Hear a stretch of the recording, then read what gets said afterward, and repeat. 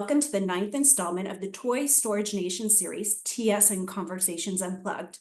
This series is based on questions we most often get at Toy Storage Nation. Today's topic is the important upgrade, taking a BC facility to a Class A. Today's participants are Barry Sherman, Partner Principal of S3 Partners, Hughes, VP of Sales Self-Storage, Janus International Group, and Wayne Brodrick, Vice President of Sales, Rapid Building Solutions. Thank you all three for being here. Before we begin, I was hoping each one of you could briefly introduce yourselves. Wayne, can we start with you? Absolutely, pleasure. Thanks for having me. I'm Wayne. We build, develop self-storage, RV boats, covers, enclosures, structures, anything related to self-storage. 1 story to 5 stories, and then boat and RV canopies, which is today's topic. Thank you, Wayne. Barry? Yeah, Amy, thanks for including me. Pleasure. I'll be surrounded with talent like this today. Barry Sherman with S3 Partners based here in Denver, Colorado. We run a consulting development platform, 100% focus on self-storage, boat and RV, big box storage, from entitlements, helping clients get all the way through the build, launching the management side. So thanks, Amy. Thank you, Barry. And Rock? Yes, thank you for having me, Amy, and it's a pleasure to be on the call with 2 experts that I've known for quite some time. Hughes with Janus International Group. I've been in the industry about 22 years. I've been on the supply side as well as operational and ownership side. So hopefully we can all give you some good input today. Thank you all. Wanted to talk a little bit about this topic. A lot of times we're talking about development from the ground up, but more and more I am getting calls of folks who either are interested in acquiring a BC facility and upgrading it, or folks that have a BC and see the need now that they need to upgrade to an A before someone comes into their area with an A. So I wanted to start off with the definition of what Toy Storage Nation defines a Class A is. It's 4 simple things. It needs to be covered in some manner, whether that's canopy or enclosed. It needs to be fenced, it needs to be gated, and it needs to be paved in some manner, and a material like a true grid would count for that. Anything on top of that with technology such as Noki would be an A+. So that's kind of the standard for Toy Storage Nation. We may go off a little bit from that today when we're talking about upgrades. But I wanted to start the conversation with, there's different thoughts of what a BC class facility is. So let's start off with that. Rock, can we have you answer that one? What is your idea? I would say your B and C classification of a boat and RV facility is going to be off the beaten path. It's not going to have the high visibility. It's going to be one that's been built, some time back. It's probably not going to have all the newer technology. It may or may not have fencing. It may or may not have some of the actual, pavement, concrete that I would say. It might have more of your pea gravel, style drive up. It's going to be what I would consider one of the first renditions of boat and RV storage. It's not going to have the latest technology. It's probably only going to have a canopy style. It's not going to be totally enclosed. But I think the biggest thing is it's probably not going to be in the A location that we like to say as it pertains to storage, meaning, a great site. It's probably a one-off site that's can or cannot be hard to get to.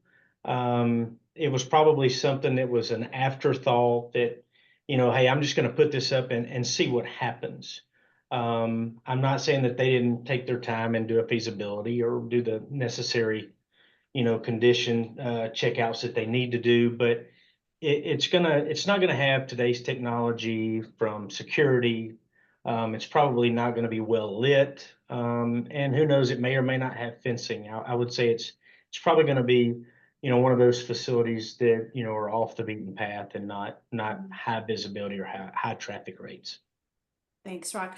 Are you seeing any out there that are almost just like a parking lot and they're going, wait a minute, we need to provide some sort of, protection? Oh, 100%. I think that's probably how a lot of this thought started was, hey, you know, I've got a piece of land. I may put a fence around it, and just see what happens, you know. And as clientele starts noticing utilizing the parking areas, then it kind of gravitates to a more secure, you know, you start getting higher end, you know, boat and RVs that come in. So that's kind of the migration to more of what I would say an A location. It probably didn't start out that way. Mhm. However, you know, as time evolves and you're getting nicer and nicer, you know, clientele with their Mhm. high-end boat and RVs, it kind of gravitates that way. So you have to add those additional security measures to gates, to lighting, and possibly even security Sure, measures as well. So sure. yeah, I would say we've seen that a lot. Just starting out with, you know, call it 10 acres, 12 acres. And, you know, I'm going to start out, I'm going to just put some pea gravel down or some sort of rock base and just use it as parking and see what happens. Mhm. Mhm. And I would say, depending on the location, you know, it may take a while to become an A-type facility, but, you know, it may not take that long, depending on what clientele that's just looking for a place to park a boat and Mhm. RV at that time. Right. Thank you. Barry, Wayne, would you say you pretty much covered what a BC Yeah, facility would look like? Yeah. I definitely agree with them. There's a definite evolution to the product in our industry. It might unintentionally start out as a C location or a C facility and then evolve into, oh, let's add covered Mhm. structures over it. And then it becomes a B. And then over the years, it might be off in the beaten path, but urban development has enclosed in on it to where now it's become an A location, which Right. brings us to today's topic. Let's upgrade it to an A-class facility. But Mhm. there's an evolution to our industry, whether it's regular big box storage or whether it's boat and RV parking like this. It unintentionally starts out as a C class, but it can evolve because of the improvements to The commercial real needs. estate that they're after. Yes, And not only that, you can be further out and still be an A facility. It correct, just needs to correct. be on the way, the Yeah, location needs to be yeah, on the way to a recreation yeah. destination.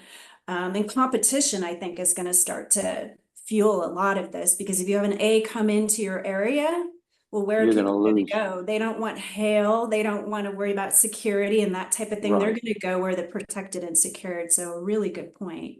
right. Um, Barry, I'm Yep. sure you do some development deals like this, I would assume, right?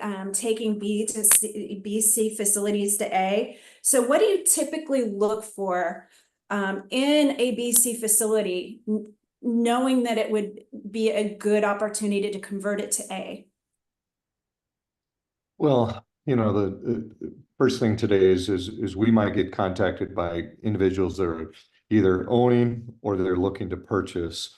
We're going in to kind of look at the current facility and audit it to a lot of the things that we were just describing today. The characteristics of how it's physically being run. Is it secured? Is it paved? What kind of lighting does it have? What kind of signage? Does it have any security technology? And so we're really starting with a site audit. And then we're going to back into kind of the demographics in the area. Are we seeing the growth in the area? What has occurred? Do we have a lot of new neighborhoods with HOAs that are demanding it, requiring it? Likely this use, when it started as a B or C and it wants to grow, it's set like in an industrial zoning piece. And likely it's still in that zoning classification, but things start to occur when we have to start thinking about going from a BC to an A. Because as we said, it's a paved site of some type. We may be able to go to a true grid that'll help, but as soon as we, in certain jurisdictions, go from a pea gravel dirt lot to a paved class A, we sometimes have to bring in a new detention pond. We got to Right. take care of stormwater management systems. Okay. Once we also start making large enough modifications, the planning department could have some triggers where now we're buffering more, especially if we decide to come in and bring canopies. So we were open air before, and now we're going to build a structure that's going to invoke a building permit. Building permit's going to send it to zoning. So all of a sudden now we start jumping into a lot of things at the jurisdictional level we've got to look at. So we'll start with the audit. We'll look at one, if we've confirmed there's growth in the area and they've had a waiting list for a long time, et cetera, we'll examine the economic model, which also takes me to what I see in B and C facilities all the time. In today's world in A's, and a lot of B's are going there today, is our leases are requiring that you can't bring a product in that's older than a certain year. Oh, I think we just had, That the tires can't be flat. Did you lose me? just for a second, you've come back. Okay, Yeah. all right. Not sure where you lost me, but I was describing that in B's today, we look at the business model of it today. And some of the leases we have, even on that side, we can vet out. And sometimes we have a lot of units in there, no one's paying, or they haven't had a increase in a long time. Mhm. But a lot of our A's today, you've got to have newer product. You can't have flat tires. You have to have current registration. All the Right. things that go into a facility that ideally are going to bring the people that we want in a Class A facility. Right. The other Right. thing we're auditing, and I'll pass the buck here, is that we're also looking at what amenities might be in the B and C. They're going to be really limited. We didn't care about Mhm. compressors or dump stations, et cetera, et cetera. And today, as we go to an A, we're looking at those things. What's going to attract people to these facilities? So there's a long-winded answer, Amy. Thank Hey, you, Barry, I got Barry. a question for you. Do you see as much anymore the wash station or the wash bays? You In, know, obviously not on B and C facilities, not quite as, much as you would see on a Class A. I've seen it kind of both ways. What are you seeing today? Never on a B and C. I mean, very rare that I run across. On the A's, it's going to be limited. Again, we run into a lot of jurisdictional items there. You get a wash bay on a facility like this, jurisdictions worry about water tap sizes. They worry about the drain system in the facility. Is it covered or is it open air? And is rainwater going into the sanitary? There's just a lot of factors that go into that. So not as often, Brock. Yeah, I didn't think so, just because of the environmental aspect of it. It's got And I might add to that too, we're also seeing maybe service and maintenance stations being added to these Class A facilities, or planning them, because they are, items that do require a lot of maintenance and service. So if you can offer that as amenity and you're planning for a Class A, you're ahead of your competition. But that Yeah. does come with some planning and zoning and building permits, everything you can delay development too. So a lot does go into these. Thank you.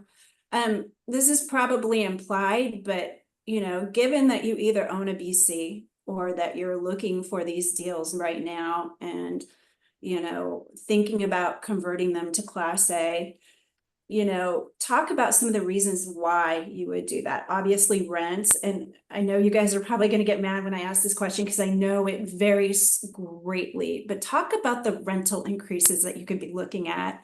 And again, I cringe to ask that because I get that question and it's such an open-ended question. It depends on the individual facility, but also the level of clientele, competition. What are some reasons that you would take a BC and go through all that and convert it to an A? I can at least talk to one piece of that in regards to why. I mean, first of all, as we compare taking current BC facilities up to an A, compared to going out and finding brand new, like one, we've got a current revenue stream on site. We have people that recognize a brand of some type and they know where the facility is. And then beyond that, we currently have likely a zoning already in place. Mm-hmm. So we're not out there needing to That allows it. re-entitle, et cetera, to do that. We Mm-hmm. got a variety of things that could be grandfathered in already that in current zoning, we're not going to get either. Okay, so a lot of the bones that are there to B and C, although they may be a little tired and old, Mm-hmm. are very valuable in that regards. Mm-hmm. And likely, I'll pass the buck here. The next thing is we've already got some established revenue. So when we get into other questions about financing Mm-hmm. and reoccurring income, it just makes a lot of those a lot easier and smoother to be able to convert and upgrade. But guys, what do you think? What have I missed there? I think you're right. Zoning entitlements really do play a part in site selection. If you want to expand and develop or convert to a Class A, the biggest factor there is what you're hoping is there's real estate to add to an existing facility. You might have a great 3-acre site that location checks all the boxes. You might be at capacity. you might have to pass on it because there's no additional real estate that you can add covered structures or enclosed structures to where you want to do a fully AC unit that has climate controlled doors that you feel the value will bring up on your NOI. But if you don't have that acreage to add to it, you're going to pass on that site trying to convert it from C, B to an A. Yeah, and I'm going to take it one step further too, because Wayne kind of touched on this earlier. You know, with all the growth in the real estate and the housing markets and all of that over the last 5 to 10 years, you know, if you got one of these B or C locations and all of a sudden you're getting these high end, residential homes coming, near your facility, Mhm. you know, probably more times than not, you're going to see more high end boats and RVs. So Mhm. if you don't cater to that type of clientele, and you have the BC, they're going to be looking for that A facility. Mhm. So Yeah. I think the economic factor, with the real Mhm. estate and the residential boom that we've seen is also going to indicate, hey, what do I need to do? We've seen that in storage, just traditional self-storage somewhat, because we've had a lot of new facilities, a lot more of your, what I would say, modern, not just single story, but more of your high, your multi-level self-storage facility with the towers on it, just giving it the nice facade, the architectural look of a lot of these has gone way above and beyond. Yep. And so I think you have to take that into consideration as well, because, even though you may be grandfathered in, but when that, real estate is being swallowed up all around you, and you've got high-end developers coming all around you, they're going to want a more of a high-end, Mhm. type boat and RV facility to service, that Mhm. clientele in Right. the surrounding area. And a So little off topic here, we've seen it done here locally. You might take a 6 acre site dedicated to just parking and becomes mixed use, and they offer a different price point for every possible tenant to where they've Yeah. even added Spot on. 3-story buildings. They've added 3-story AC buildings in addition to parking for their boats and RVs, covered parking for boats and RVs, then fully enclosed. And then, hey, you can go rent a 10 by 10 unit. Mhm. Those are becoming very hard to find because you got a nice 6 acre tract that's dedicated to the zoning, the entitlements, and now you can do an add value of multiple price points for storage related items. Mhm. You did something very well in finding that. Thank you, Wayne. Yeah, great points, guys. Given that someone's done their due diligence, whether they're already, they were the owner and want to upgrade, or they purchased it to upgrade, and it's a full facility, or it just even partially full, what recommendations do you have for, dealing with the current clients? Explaining rental upgrade, increases, but also, can you have some folks still renting at your site as you're going through this process? Do you need to close everything down to be able to do it? Can you phase it? What are your recommendations for dealing with the current clients? Obviously, some are going to be phased out and you get new clients, but I wanted to talk about the current clients first. Let me start Anyone want there. to take that? I think you try to accommodate existing tenants as best as you can. You weed them out with registration issues, or if they've got flat tires, or the vehicle is not up to par, or it's 20 years old, you're going to weed them out regardless because you don't necessarily want them as that tenant. You go out of your way to accommodate them, but you might not be able to. You might, if you're adding to the facility and you want to bring it up to an A-class facility, you might have to pretty much start from scratch.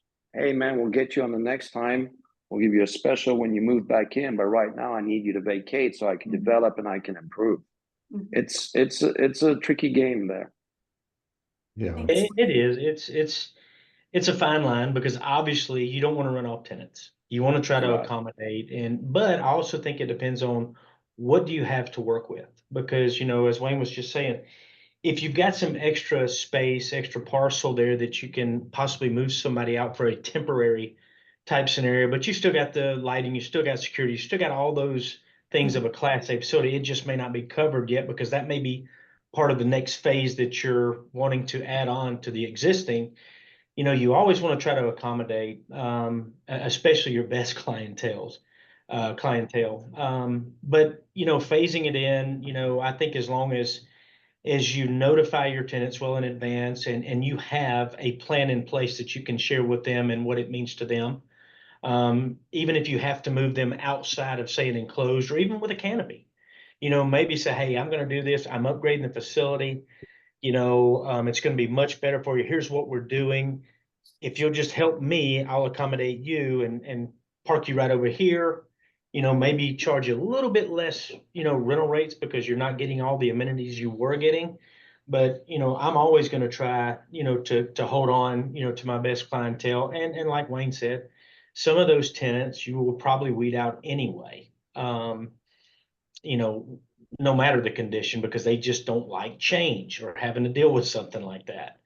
But yeah, I think you always got to try to accommodate and phasing in, I tell everybody, whether it's traditional boat and RV, whatever it may be, that's always, in my avenue or my position, always the right avenue to looking at any of this. Well, Rock, you deal with it on the R3 platform all the time in regards to how you come into existing facilities. And so we've seen a lot ourselves, and it's going to be case by case on what you need to do. You guys hit it on the head. First of all, it's huge communication to your existing clients. It's conveying what you plan to do. It's probably having some means to having some additional camera and eyes on the site from a liability standpoint. We've gone out and purchased Class B facilities where we get in there and we've noticed they've striped spaces and they're well oversized. And we wanted to go in and completely lay out the entire facility. So we had to literally bring people in to move units, or we had to get permission to. And we ended up moving an entire lot because we were able to add like 150 spots to that facility just by so to speak, striping the layout. So it's case by case, a lot of communication. But like I said, how do you retain your best paying clients? And this is a time to weed out. I mean, you got people that are not paying properly. It's time for a transition. It's the saying, you've got to take one step back to move 3 steps forwards. You might lose a little in the short term, but you're going to gain it in the long term. Yeah, well said. I agree. What do you recommend as far as getting the word out once you have done the upgrades and you now are in a facility? Do you think a rebranding is needed? What marketing should happen? Should a website change greatly? And that probably also is part of being an A facility, and we'll talk about that in a little bit. But what marketing and how soon should the marketing happen that the change is happening? Well, I'll start off on this one. I think all the above, and as soon as you decide and you pull the trigger with the bank or, with your own checkbook, as soon as you decide to do that, I think the word needs to go out, because I do think communication is a huge advantage with not only your clients, but also potential clients in the future. So the sooner that you can get the communication out and, do all the marketing, whether it's digital or, whatever it may be, the more that you do, the better, because I think that not only informs your current clientele. We hear the old saying about, hey, send a letter, if you're going to start doing something and move them from one unit. Yeah, you do all those things too. But I think the marketing effort, as soon as it's basically, it's a done deal and I'm moving forward, I think that's when the marketing, blast starts there, and it just continues all the way through, because communication, visibility, not only your current clientele but your potential future customers, letting them know, hey, this is what's, because you never know when somebody's looking. It could be today, it could be a month, it could be 6 months down the road, but you might as well capitalize on that entire time, because like Wayne said, you might take one step back, but you will eventually take 3 steps forward. And why not get the word out as soon as possible? If you purchase a C facility and the intention is to convert it to an A facility, and you kick every tenant out and you start your site work and your development and you start your construction, doesn't mean you can't not have an active somebody answering phone calls, informing your tenant base, hey, we exist, we're still here, we're going to be new and improved in 90 days, 120 days, this is what we will offer. That website, that phone, that person has to still be communicating, because when you are open, you don't want it to take, you want traction immediately. Right. And that needs somebody there being available for inquiries, for phone calls, for blasting on the webs, emails, whatever that management company decides how to go about it. You can't still not have a management company operating your facility through construction. Yeah. Yeah. Yeah, guys, I don't know if I have much to add. I think you're both spot on. I think you treat it's a new and improved, upgraded facility. You're retaining current clients that might want to upgrade what they have already because they've liked your service, but you're also trying to attract new. So, Yeah, you know, if you're going to put the money in the facility, you've got to put it in the marketing also. correct. Thank you. This kind of leads into the next question too, as far as if you have an on-site manager who's selling, or if you are working with third-party management, it's a different model, right? You're not selling based on here's the space, here's the cost. You're selling based on the convenience, the security, the protection, the amenities. You're kind of selling the experience and don't want to get too caught up in haggling numbers. What are recommendations that you might have for either training your current staff, if you're going to keep them on board, for this different level and different clientele base? Or do you perhaps at times recommend going with third-party management, at least through the initial fill-up phases? Because I know that's an important time, especially when you start to have banknotes that will be coming due. Any recommendations there? I'll jump in. Again, I think it's going to be case by case and location by location, and really where your competition might be today, if you have some there. Because you could be a BC where you've survived with your third cousin being as the manager on that BNC, with all due respect, and you've got to just change the MO of it. Needs to be more of a high touch, you know, great communication type style. And it might be, and as we see more third-party groups take on boat and RV management, you know, that's certainly a consideration compared to going out and saying, you know, I need to really find that type of property manager that's going to bring forth our revitalized brand. So there's my couple thoughts there. Yeah, and I completely agree, case by case, location by location. I'd go one step further, whether it's new development or conversion to an existing development from a Class C to a Class A. You as the owner, developer, live and breathe that location, that site, prior to you upgrading it, before you bought it. You have the vision to see what it's going to become. And even if you get a third-party manager in there, you want to work with that person tirelessly so they understand your vision. It might take 30 days, it might take 120 days, but once you gain traction, there's breathing room. But in the beginning, they need to see and understand what you want for your location. And you might tirelessly have to be involved with them to gain that traction, whether it's a third-party management company or whether it is your third cousin. They need to be involved and understand what you want to do. So that's critical in that lease up phase. Thank you. Yeah, and I Okay, agree go ahead, too with Mark. everything that they said. And you know, just to take it one step further, I think, you know, being that you're converting something that's already been there, you know, in this scenario, you know, family member, whatever it may be, I think you got to evaluate the talent and what it meant for your business. You know, even if it's a Class B or C, how did it, you know, was it successful? Did it take longer than it really should have based on a feasibility study? You know, how did it do when you're just sitting down looking at it? You know, proof's in the pudding. How was it operated? Is that the right person? You may even have a hybrid model. You may keep them on because, like Wayne said, they're going to know the nuts and bolts of that facility. And maybe they did run it, you know, run a tight ship. Maybe it was very successful. Now you're taking it to another level. So they may be the right person. And then if you do a hybrid model by adding, you know, a third party management type scenario with the marketing and everything else that they do with the data, you know, it's a win-win, you know, I think, but the biggest thing is you got to evaluate the talent and how was it running before, I decided to make this jump because, when I make this jump, I'm offering a much higher class, which I would say higher class service option for people. Is that the right fit for what I'm trying, Mhm. to attain? At least in Yep. my opinion. And, Yep. take it even a step further, now with all the technology, you keep hearing of virtual management and, I've seen hybrid stuff of that as well, where you still have somebody that kind of oversees it from, say, kind of a regional manager type perspective, but then you have a real-time virtual manager type scenario to where, our market's changing. So I think the more you can, the more diverse you are, the better off you're going to be. But at the end of the There's day, proof is in the pudding. Yeah. there's levels of anxiety to development and ownership.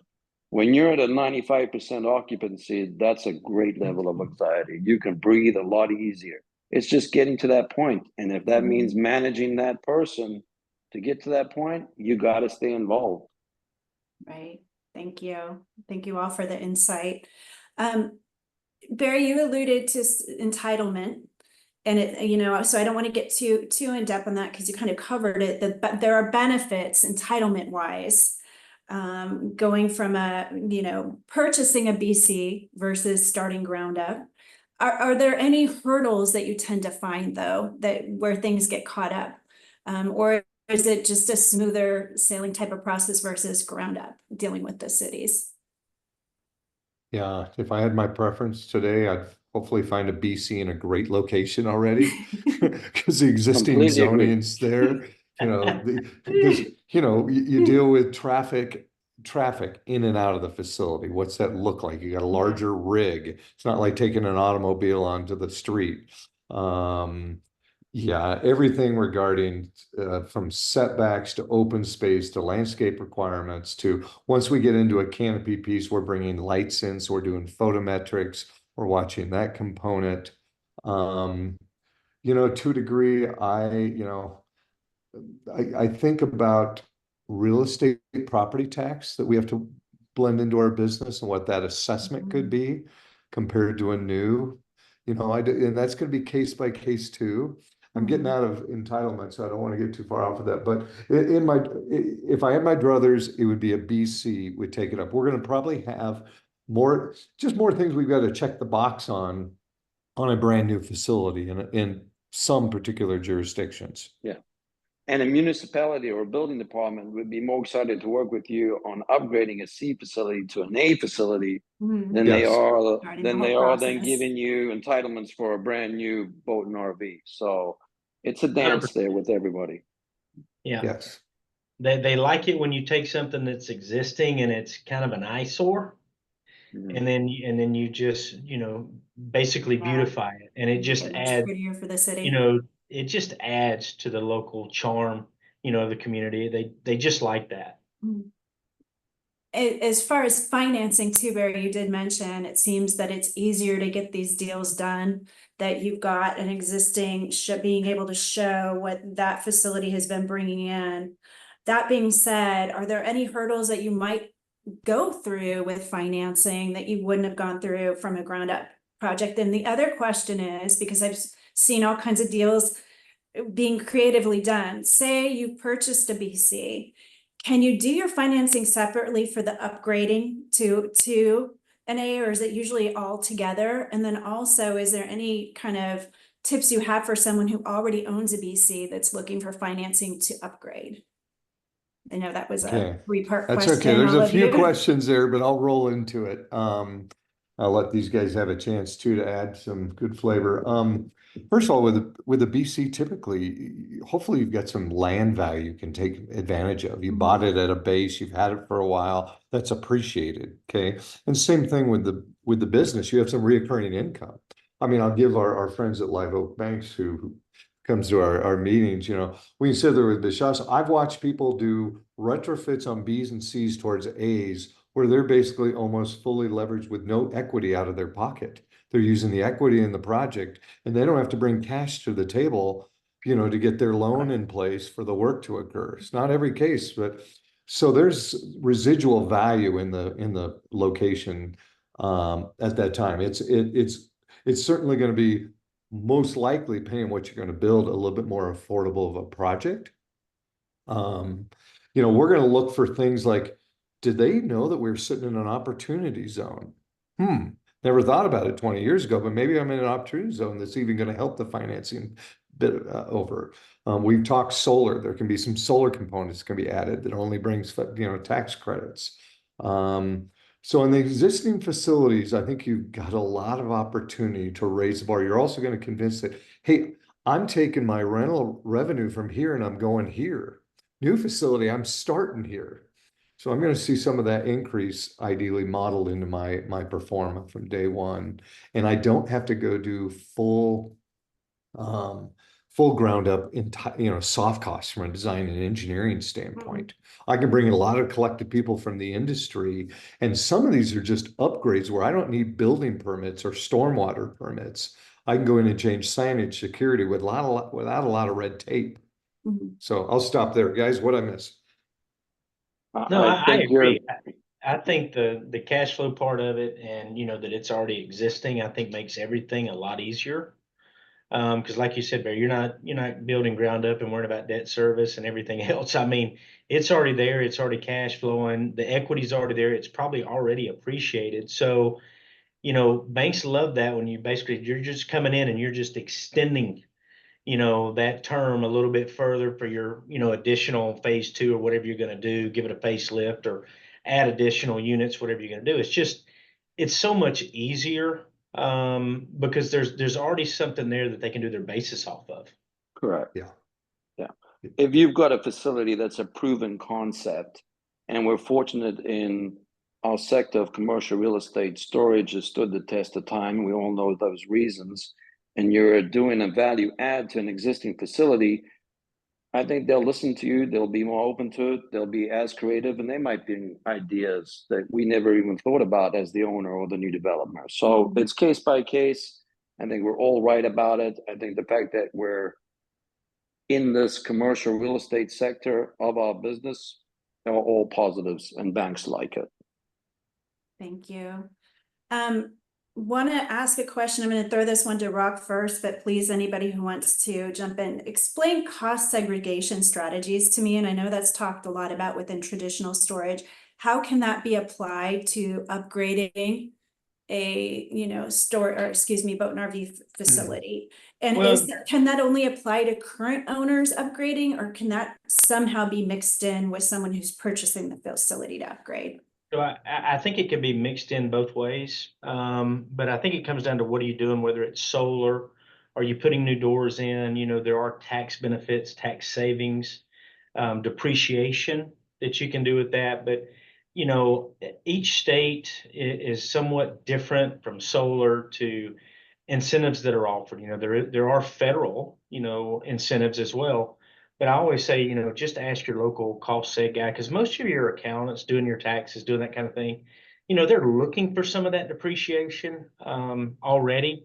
But with the new cost seg and savings and all of that, I always tell everybody just ask your local cost seg guy, because they can give you the rundown, because it seems to want to change, in about every state, and somewhat, often, year to year, maybe every couple of years it changes. But, there are a lot of benefits, from solar to, putting in roll-up doors or changing out roll-up doors, those types of things, on, buildings. It used to be like a building was, depreciated over 39 years. Well, now that's even changed. So there are more benefits, and especially when you're upgrading the facility. You get a lot more of those depreciation incentives in a much quicker time. I can't speak to the exact times on the different products, the different analysis, but there are a lot of those. It really just depends on the state, because I would say that solar is a much higher regarded incentive West Coast versus East Coast. At least today it is. But building depreciation, all those types of things with doors and all of that, can be depreciated at a much more rapid pace than traditionally it's been done in the past. Thank you. Anybody have anything else to add there? I echo his sentiment. I wish I was a little more versed on this topic, but I think it comes back to case by case, situation by situation, location. Solar is a big incentive right now. Cost segregation, depreciation, I wish I knew more about. I don't know how more beneficial it could be to boat and RV structures or enclosed parking structures. But I do believe it's a benefit, but it's not the foremost reason you're developing or moving a Class C facility to a Class A.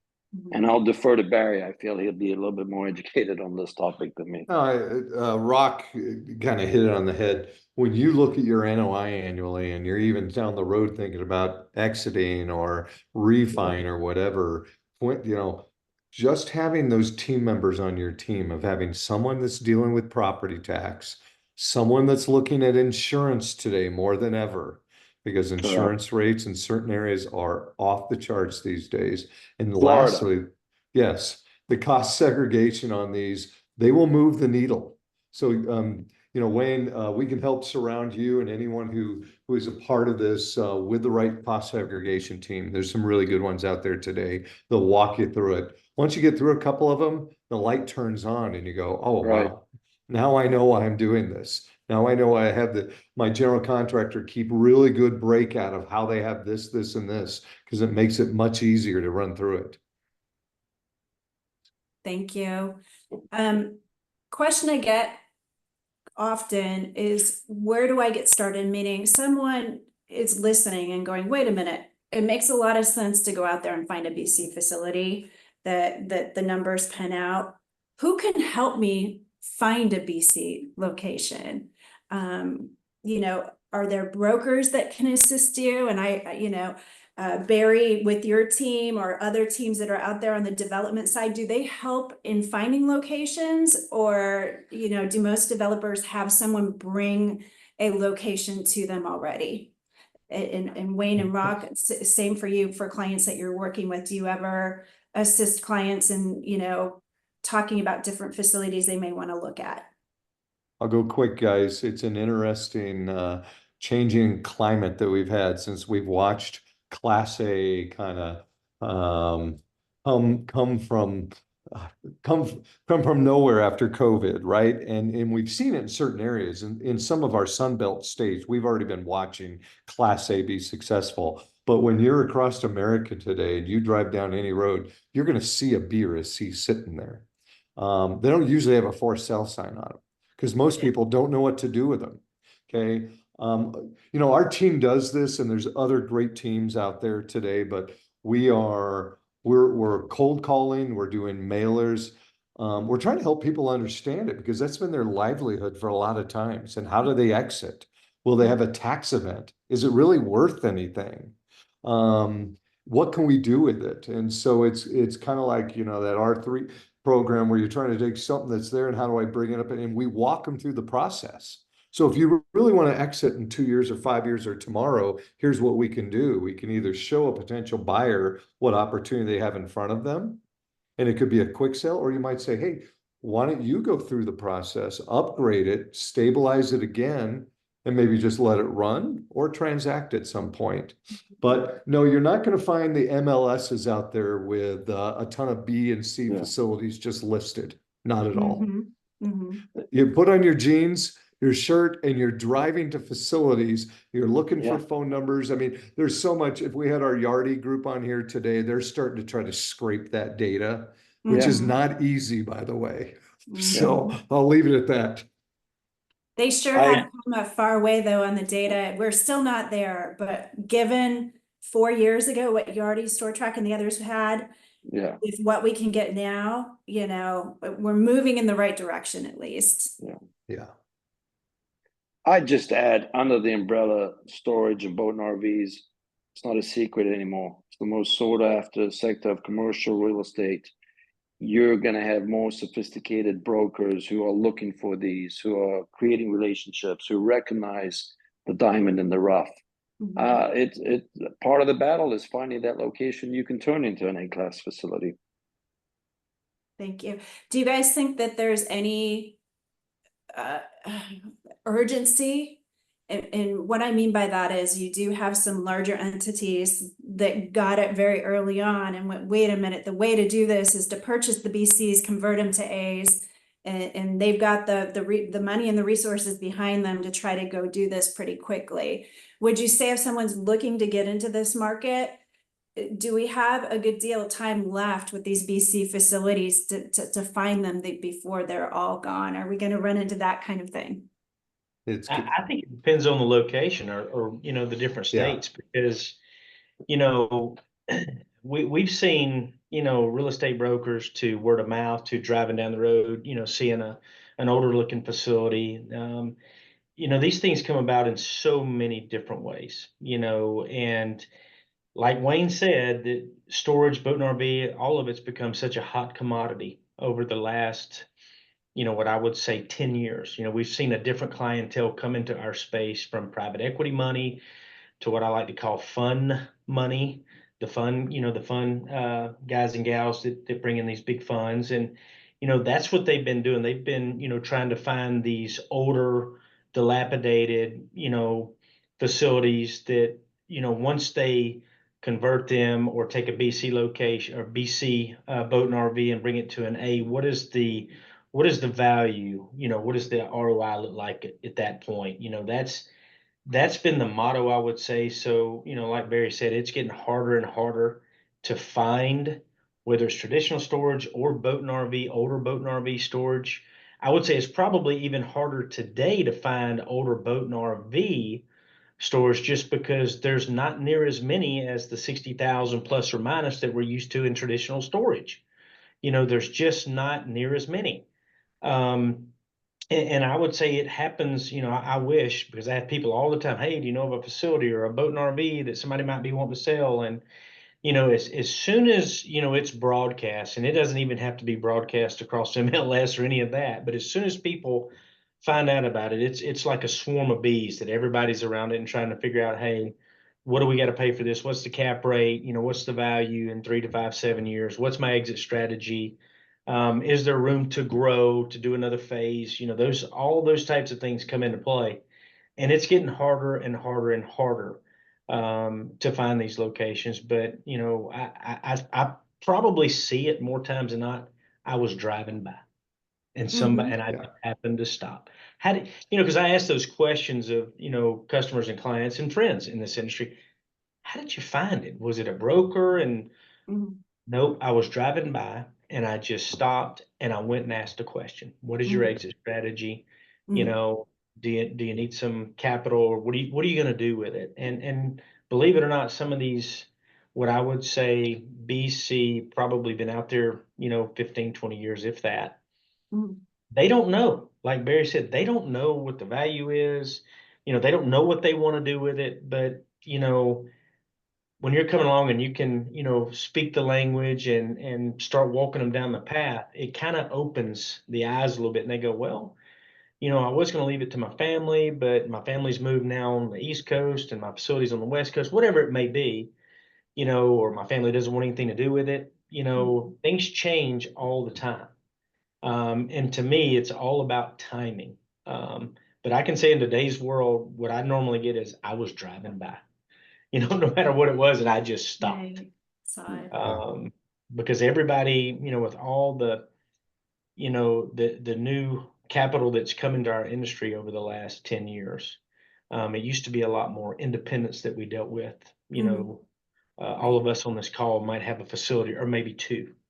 A lot of that's been picked over, as you said earlier, Amy, by the big boys, by the REITs, and by the larger operators, I would say, that are not necessarily a REIT.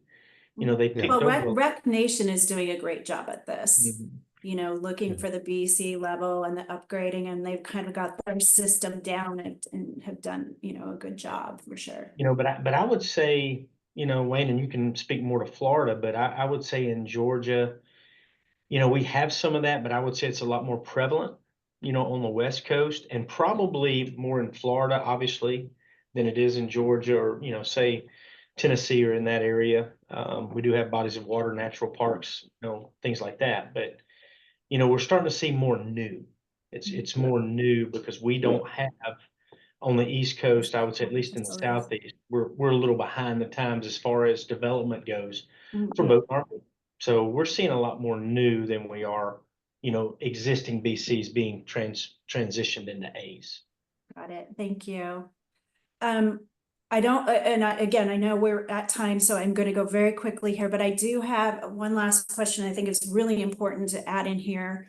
And then I'd like you each to just once again give your name, your contact information, and just please briefly describe what your company does in the boat and RV segment, because I know you guys all do more than one thing. So security and technology, and I'm putting them together. I know they're two separate things, but Class A facilities have a need for technology, a higher level of technology, and also the security needs are higher. In addition, these are clients who expect a different level of service and amenity. Often they want contactless, right? They want to be able to get in and get out without getting out of the rig. What suggestions do you have in that area for technology, whether it be to be able to have folks rent without having to deal with someone, maybe their website changing, but also on the security side? I think it exists there. As we all know it, there's definitely basics you want to offer at your facility. But I'll take it one step further. If I have a very expensive boat or an RV or a Prevost bus, I might want my camera dedicated to being able to see that, where I can log in and just glance at it however many times, just to know for peace of mind that it's there and everything looks normal. You have the gated access in and out, the video surveillance, but I'd take a step further and go, I want to see my big toy. Real time. Yeah. Right. Yeah. We're doing that in a lot of enclosed spaces today. We're bringing more Wi-Fi into every facility. I mean, if we really go to an elevated Class A, we're sectional overhead doors, controlling doors. We've got cameras within the units. Insulated doors. Yep. Yeah, gate controls. On some of our open air, soon to be A, but kind of BC, we've even got some mechanisms today where we give people a device they want to, and it sits in their rig while they're not there. If the rig moves, they get notified via Wi-Fi. Perfect. So we're going a long way today to provide that comfort, that safety, that their assets, in good hands. Thank you. And Rock, do you have anything to add as far as folks not wanting to have to get out of their large vehicles, getting in and out, and that type of thing? Well, I mean, these guys said it right. I mean, convenience, how easy is it for me to get in and out of the facility? Is it safe at night? Is it well lit? Gates, the technology from cameras to, even take it a step further, what Barry and Wayne were saying, to actually see it real time, because that technology, exists today. And, I think you're always going to cater your facility to the clientele you're trying to service, right? And so, I mean, there's so much technology out there, from gate access control to coming in a building, to seeing who's coming and going, real time, to 24/7 monitoring, to, heat, determine if there's heat in the unit, heat and thermal sensors. I mean, you can pretty much take this as far as you want to take it, but I think it still comes down to, how well is it, is it convenient for me to get in and out? Can I pay my bill, quickly? Is it safe, and is it secure? If I'm storing my 250,000 or $500,000 Prevost, in a enclosed facility, I want all the bells and whistles, because I want to make sure that where I'm going, when I'm not around it, that it's in good hands. And I don't worry about it. I mean, things happen, they do, but there's so much technology out there in the world of boat and RV storage, self-storage in general, that, you can take it as high as you want to take it, to even getting, like Barry said, the Wi-Fi, so that if your RV just happens to do a little shimmer or something, you get notified. That technology exists today. Thank you. And I apologize, we've gone over, and I know you are all very busy. If there's anything that you feel that was really important to add, please do, but I wanted to go around. Have you once again give your name, your company name, contact information, and just also briefly explain what your company does in the boat and RV storage segment, so folks know, hey, wait a minute, I need to call so-and-so, I need to connect with them. So Rock, can we go ahead and start with you? Yes, I'm Rock Hughes with Janus International Group. You can reach me at 678-409-1831. My email is rhughes, Hughes, at janusintl.com. You know, we basically have been in the industry for about 22 years, both in boat and RV, as well as self-storage in general. And we are a manufacturer of roll-up doors and hallways. And, you know, especially on enclosed boat and RV, you know, our specialty is to provide not only the doors, but we also, you know, have access control systems as well for securing your facility. So that's what we do. Thank you. And Wayne, and thank you. This is your first time joining us, so thank you so much for all your insight today. Pleasure to have been here. Yes. My company is Rapid Building Solutions. I'm Wayne at rapidbuildingsolutions.com. You can reach me at 407-808-5457. I provide the roof canopy structures. I can do the enclosed RV and boat structures, anything related to the building structures that we do design-wise, foundation-wise, structure-wise. Thank you, Wayne. And Barry. Yeah, again, nice being around these guys today, and can't wait to see people in Naples. But Barry Sherman, S3 Partners, www.s3.partners. You'll find all of our emails and phone numbers. So look forward to speaking to anyone. We've kind of expanded our scope. We everything from site selection through entitlements, handle complete design engineering, really help our people on board. General contractors, find great people like these two to bring building products.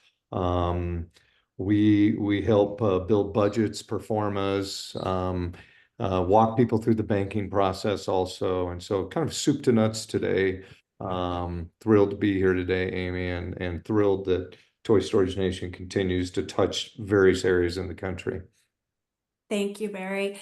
I'll give you all my contact information real quick. My name is Amy Bix. I am president of Toy Storage Nation. We are a media education company that really focuses on Class A boat and RV storage. We have a website in case you came to this from another area than our website. It's www.toystoragenation.com, just our namesake. We do full day workshops. They're very intensive. We cover just about every topic you can think of, from financing, feasibility, construction, security, technology, marketing, the gamut. And it's covered by folks such as the ones on this particular podcast, experts in their field.